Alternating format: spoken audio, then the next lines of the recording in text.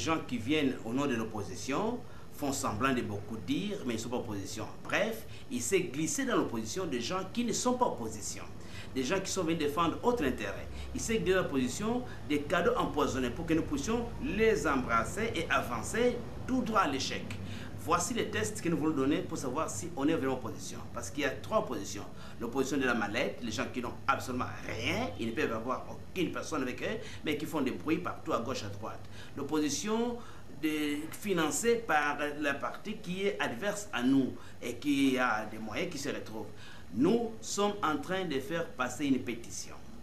Nous demandons que s'il y a 100 personnes de l'opposition, ces gens, nous demandons qu'ils puissent nous donner chaque opposition, chaque parti, au moins 1000 membres qui doivent signer la pétition pour que nous fassions échec à la démarche brutale de l'autre côté.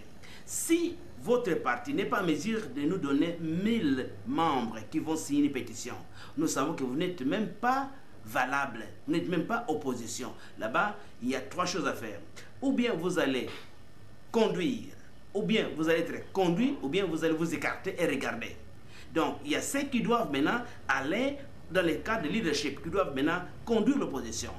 Et ces gens-là doivent passer les tests. Les tests, c'est quoi? Nous devons rentrer au Parlement et faire échec à la démarche de la majorité en donnant la pétition de 100 000 voix. Et nous demandons à 100 partis d'opposition capables de voir 1000 candidats chacun pour que nous puissions maintenant avoir les 100 000 voix et faire échec.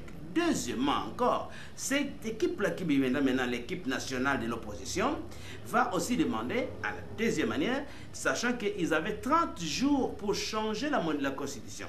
Ils ont eu 31 jours. Donc, on a induit le président en erreur en signant un document qui était hors délai. Ce qui veut dire que dès que la Cour constitutionnelle est établie, les gens de l'opposition qui viennent même de gagner va aller tout droit à la Cour constitutionnelle et demander qu'on puisse annuler. Là-bas, nous allons vérifier, est-ce que cette Cour constitutionnelle est capable de trancher un différend politique quand le temps sera venu?